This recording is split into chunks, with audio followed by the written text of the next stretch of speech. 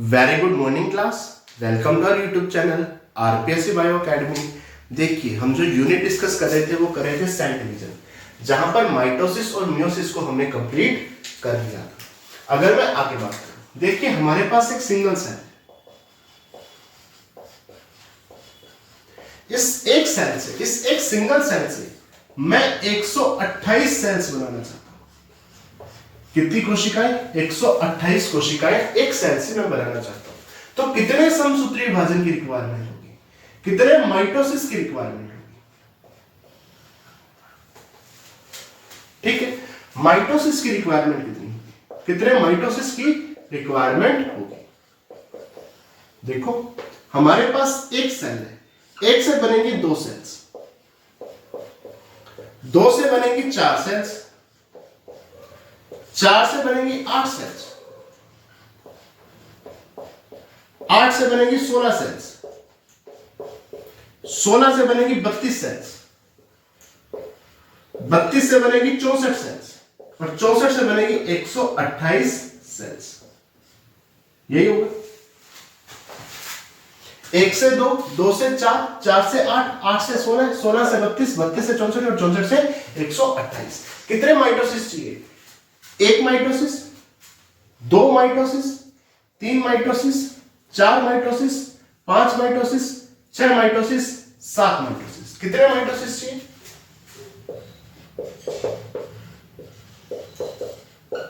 7 mitosis.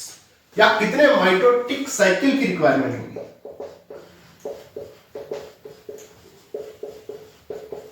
7।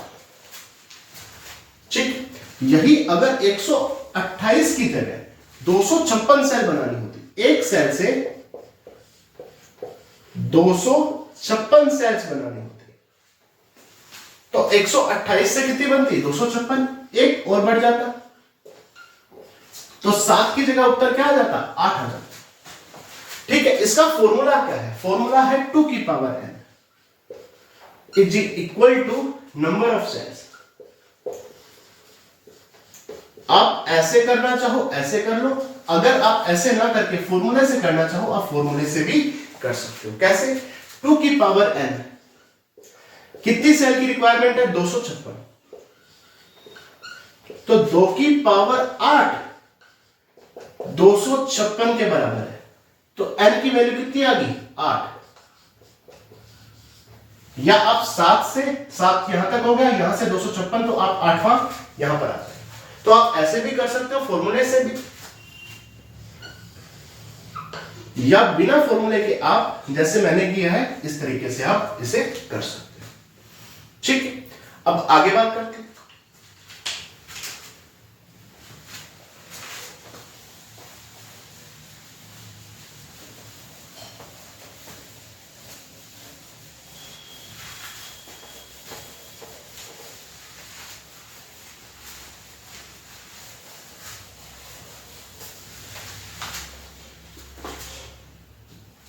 अब अगला question ये है कि एक सिंगल सेल से 128 सेल्स में बना, कितनी सेल में माइटोसिस होगा? कितनी ऐसी सेल्स होंगी जिनमें माइटोसिस होगा? कितनी ऐसी सेल्स होंगी जिनमें माइटोसिस होगा? देखो, ये एक सेल है, इस एक सेल से 2 सेल बनेंगी, क्यों? माइटोसिस होगा। अब 2 सेल से 4 सेल बनेंगी, क्यों? दोनों सेलों में माइटोसिस हुआ। इस सेल में भी माइटोसिस हुआ, उस सेल में भी माइटोसिस हुआ। अब चारों सेल में माइटोसिस होगा। अब चारों सेल्स में क्या होगा? माइटोसिस होगा। क्वेश्चन क्या है कि कितनी सेल्स में माइटोसिस होगा? पहले एक सेल में, फिर दोनों सेल में, फिर चारों सेल्स में माइटोसिस हुआ। टोटल कितनी सेल्स में माइटोसिस होगा? तो ये होगा n बराबर x माइनस 1। n बराबर x माइनस 1। x क्या है?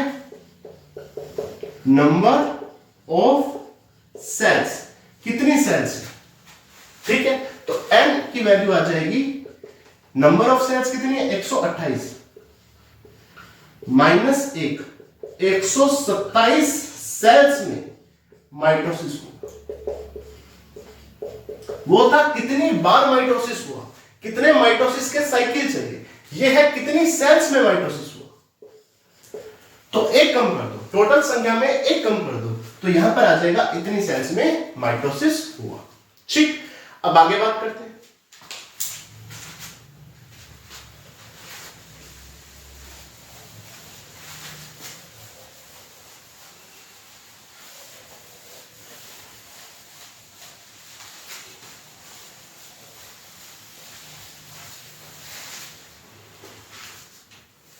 देखिए, अगर मैं आगे बात करूं, एक बार माइटोसिस हो रहा है, क्या हो रहा है, माइटोसिस हो रहा है, तो माइटोसिस में स्पिंडल अपरेटस,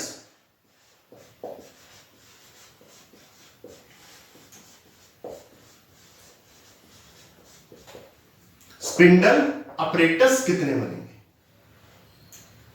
स्पिंडल अपरेटस कितने बनेंगे। तो माइटोसिस में एक स्पिंडल अपरेटस बनता है,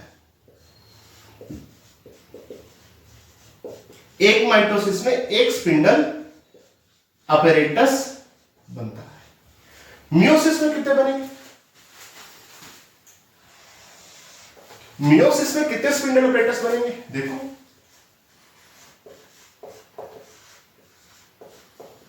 मियोसिस की बात करते हैं। पहले होगा मियोसिस फर्स्ट,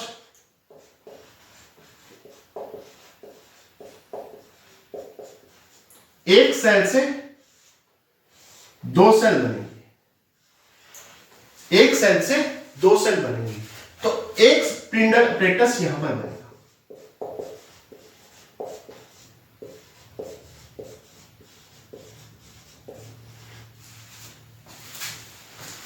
फिर दो सेल से चार सेल्स बनेंगी,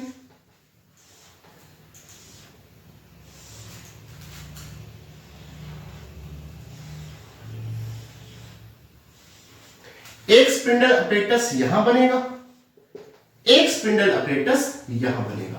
तो एक माइटोसिस में एक स्पिंडल अपरेटस बनता है, एक मियोसिस में तीन स्पिंडल अपरेटस बनते हैं, एक मियोसिस में तीन स्पिंडल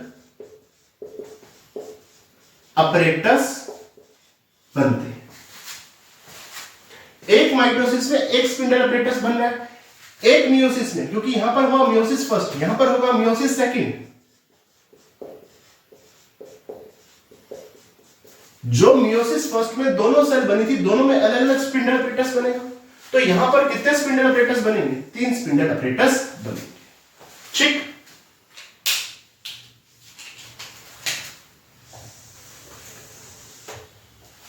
देखिए, अगर एक क्रोमोसोम है,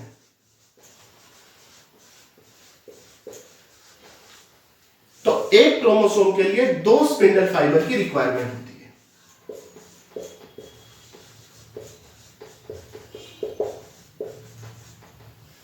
कितने स्पिंडल फाइबर की रिक्वायरमेंट है साहब, दो स्पिंडल फाइबर की रिक्वायरमेंट है एक क्रोमोसोम। तो ह्यूमन में कितने क्रोमोसोम पाए जा रहे हैं, 46 क्रोमोसोम।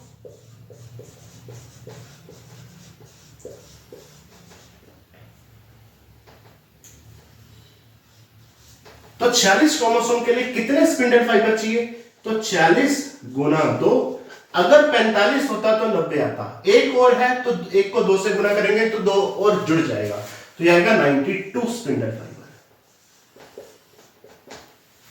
एक क्रोमोसोम के लिए दो स्पिंडल फाइबर की रिक्वायरमेंट होती है। ह्यूमन में 46 क्रोमोसोम पाए जाते हैं, तो कितने स्पिंडल फाइबर चाहिए, 92 स्पिंडल फाइबर चाहिए। यदि वो क्रोमोसोम को n दे दे तो कितने स्पिंडल फाइबर की रिक्वायरमेंट होती है, 2n की। वो कुछ भी दे सकता है नंबर, तो है ना।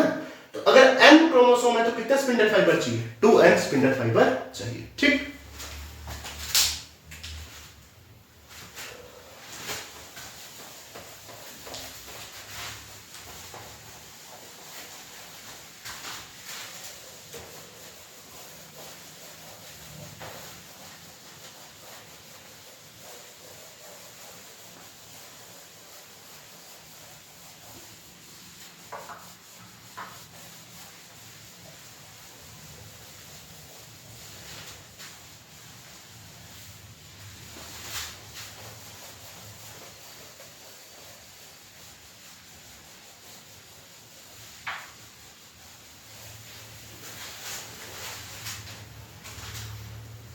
देखिए सेल डिवीजन में आगे बात करते हैं ए माइटोसिस की।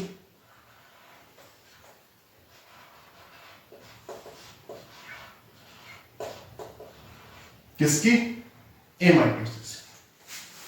ए माइटोसिस की बात की जाए तो बेसिकली फ्लेमिंग ने इसकी डिस्कवरी की। डिस्कवरी किसने की? फ्लेमिंग ने। फ्लेमिंग ने इसकी डिस्कवरी की। Father of a mitosis.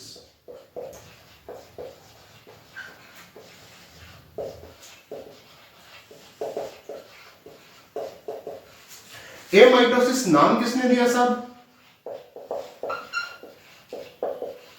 Remake ने। फ्लेमिंग ने डिस्कवरी की, father of a mitosis Fleming की है, और रीमेक ने ए माइटोसिस नाम दिया। ये मोस्ट प्रिमिटिव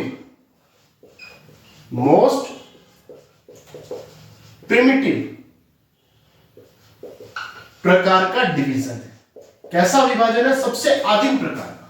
सबसे आदिम प्रकार का मोस्ट प्रिमिटिव डिवीजन। ठीक है, इसे क्रिप्टोमाइटोसिस भी कहते हैं।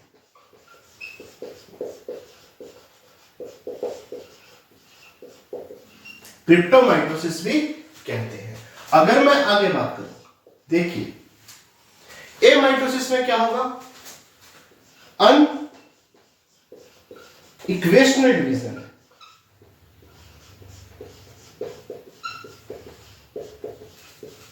अनइक्वेशनल डिवीजन है। अनइक्वेशनल डिवीजन क्यों? साइटोप्लाज्म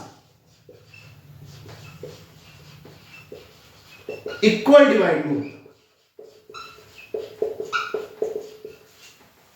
इक्वल डिवाइड नहीं होता।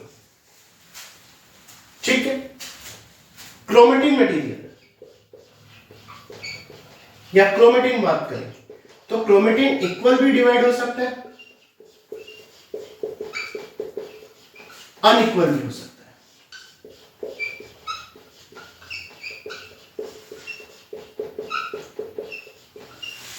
क्रोमोसोम का कंडेंसेशन नहीं होता।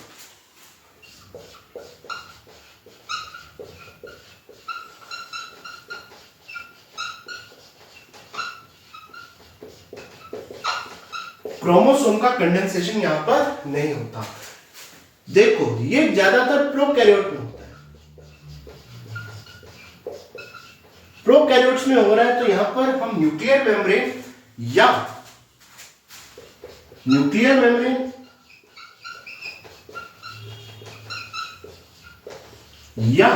न्यूक्लियोलस की बात ही नहीं करेंगे क्योंकि पाई नहीं जाती। बात ही नहीं करेंगे क्योंकि पाई नहीं जाती। अगर यूकैरियोट्स में बात करें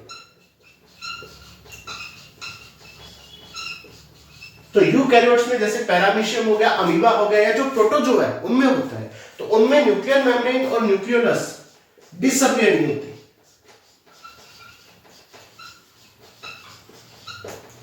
न्यूक्लियोलस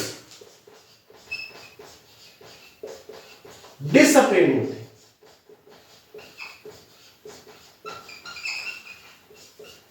डिसअपियर नहीं। देखो फ्लेमिंग ने डिस्कवरी की, फादर ऑफ एमाइटोसिस फ्लेमिंग ही है। एमाइटोसिस नाम रीमेक ने दिया। मोस्ट प्रिमिटिव डिवीजन है, क्रिप्टोमाइटोसिस भी कहते हैं। अनइक्वेशनल डिवीजन है। साइटोप्लाज्म इक्वल डिवाइड नहीं होता। क्रोमेटिन कई बार इक्वल डिवाइड भी हो जाता है, कई बार अनइक्वल डिवाइड भी रहता है। ठीक है, क्रोमोसोम का कंडेंसेशन नहीं होता। प्रोकैरियोट्स में तो न्यूक्लियर मेम्ब्रेन और न्यूक्लियस पाए नहीं जाते, तो उनमें पाया जाता है। यूकैरियोट्स जैसे प्रोटोजोआ, अमीबा, पैरामीशियम, उनमें भी माइटोसिस पाया जाता है। यहां पर न्यूक्लियर मेम्ब्रेन और न्यूक्लियोलस डिसअपियर या विलुप्त नहीं होते। आगे माइटोसिस के बारे में और पढ़ते हैं।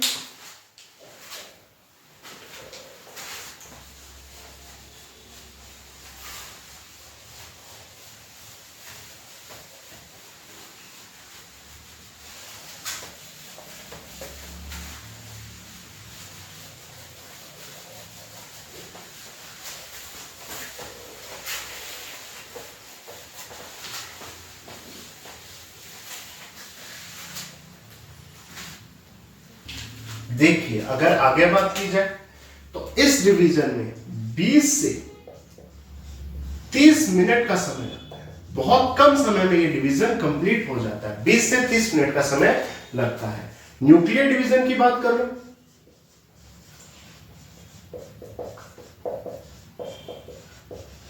या सेल डिवीजन की बात कर,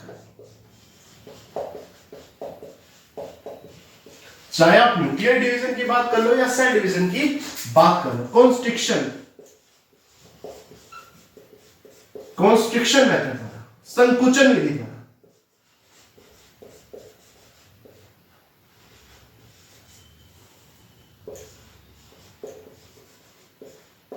संकुचन विधि।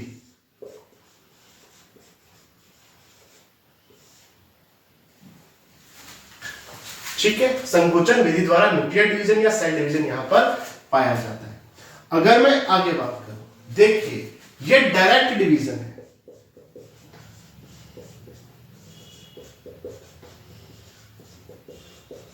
प्रत्यक्ष विभाजन कहते हैं।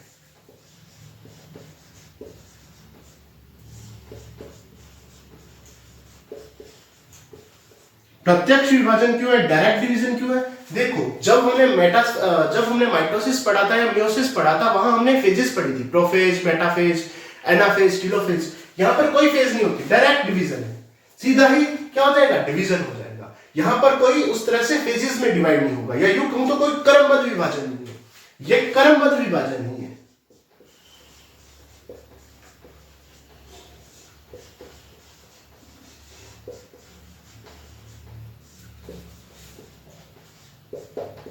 कोई क्रमबद्ध विभाजन नहीं है कि पहले प्रोफेज आएगी, फिर मेटाफेज आएगी, फिर एनाफेज आएगी, फिर टेलोफेज आएगी।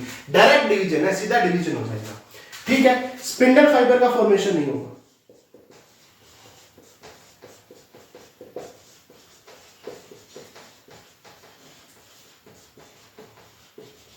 स्पिंडल फाइबर यहां पर नहीं बनेंगे। जैसे कोई बैक्टीरिया में डिवीजन हो रहा है,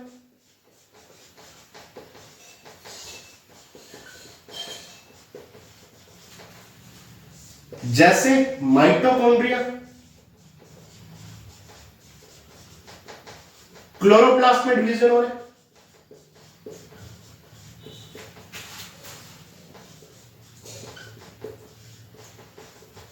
पैरामीशियम में,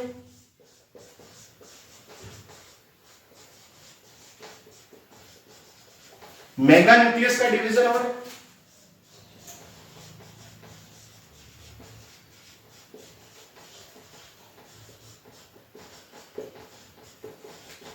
अमीबा में बाइनरी फिजन हो रहा है,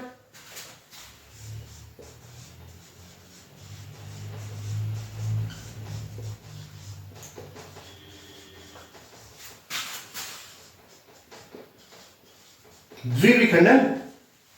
देखो, ए माइटोसिस में 20 से 30 मिनट का समय लगता है। न्यूक्लियर डिवीजन या सेल डिवीजन कॉन्स्ट्रिक्शन मेथड द्वारा या संकुचनशील विधि या संकुचन विधि द्वारा होता है। डायरेक्ट डिवीजन है, कोई फेजेस नहीं आएगी, कोई क्रमबद्ध विभाजन नहीं है, कोई क्रमबद्ध प्रक्रिया नहीं है कि पहले प्रोफेज जाएगी फिर मेटाफेज जाएगी, कोई क्रमबद्ध विभाजन नहीं है, डायरेक्ट डिवीजन। स्पिंडल फाइबर का फॉर्मेशन नहीं होगा। बैक्टीरिया का डिवीजन, माइटोकॉन्ड्रिया क्लोरोप्लास्ट का डिवीजन, पैरामीशियम में मेगा न्यूक्लियस का डिवीजन और अमीबा में बाइनरी फिजन इस मेथड द्वारा होता है। ठीक है, अब आगे बात करते हैं।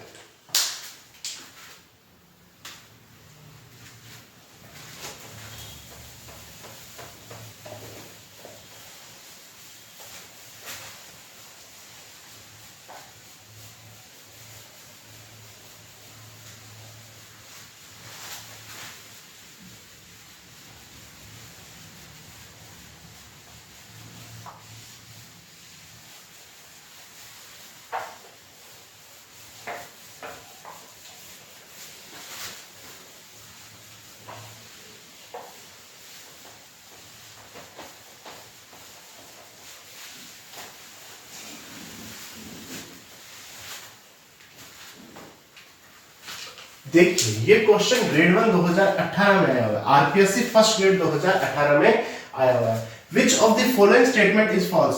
इसमें से कौन सी ऐसी स्टेटमेंट है जो फॉल्स है?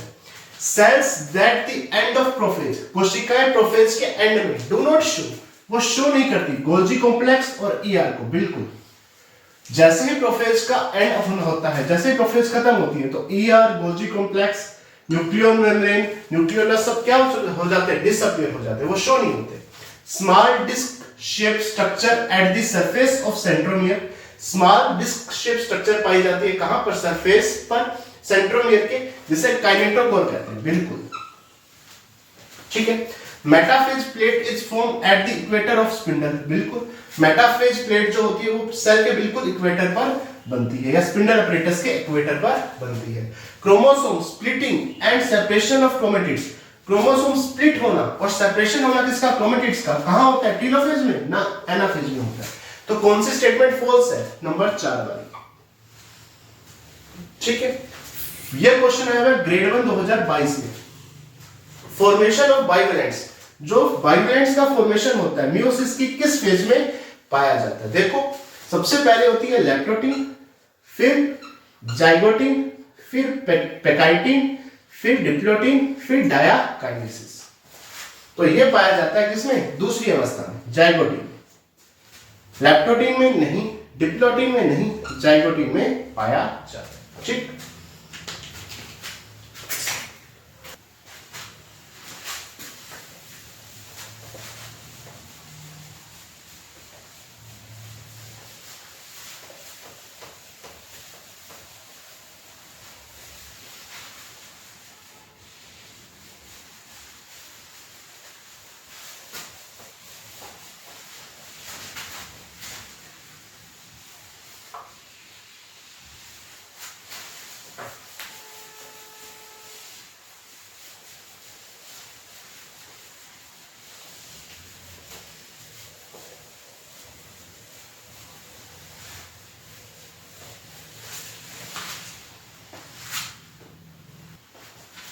देखिए, ये question grade 1 2013 RPSC first grade 2013 में आया हुआ क्वेश्चन है। इन मियोटिक, मियोटिक मतलब मियोसिस हो रहा है, प्रोफेज फर्स्ट में 5 सब स्टेजेस पाई जाती है। इन्हें करेक्ट सीक्वेंस में अरेंज करना है। ठीक है, कौन कौन सी सब स्टेजेस है?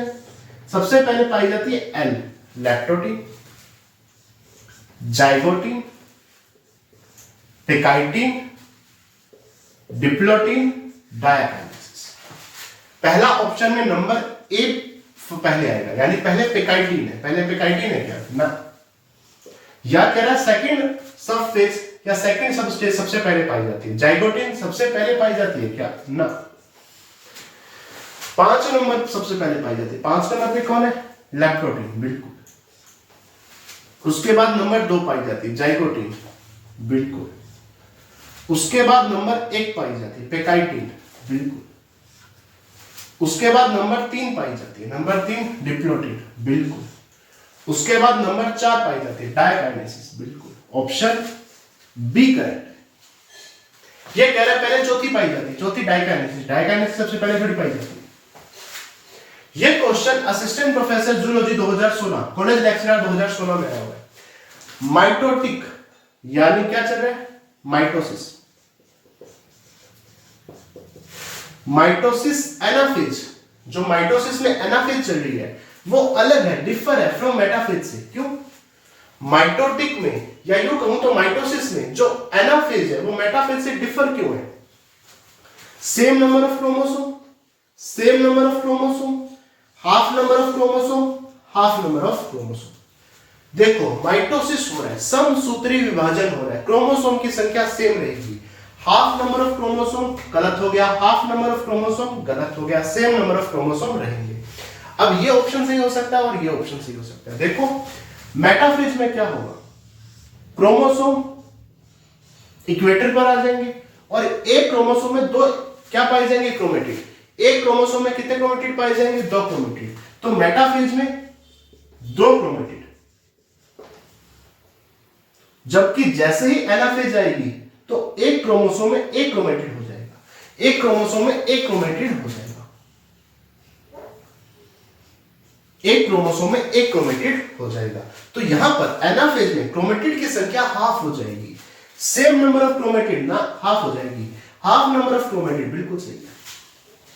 तो क्रोमोसोम की संख्या तो सेम रहेगी, क्रोमेटिड की संख्या एनाफेज में हाफ हो जाएगी। ठीक। तो ये क्वेश्चन असिस्टेंट प्रोफेसर जूलॉजी 2016 में आया। ठीक।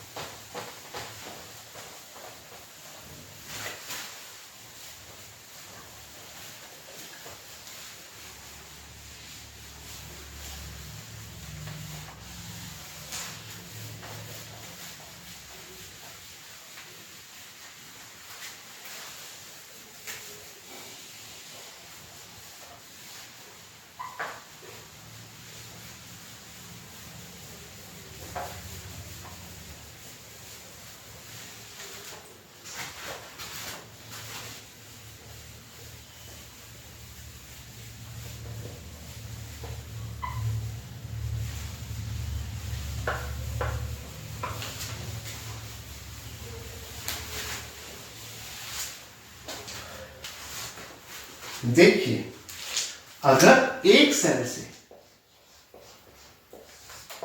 256 सेल्स बनानी है,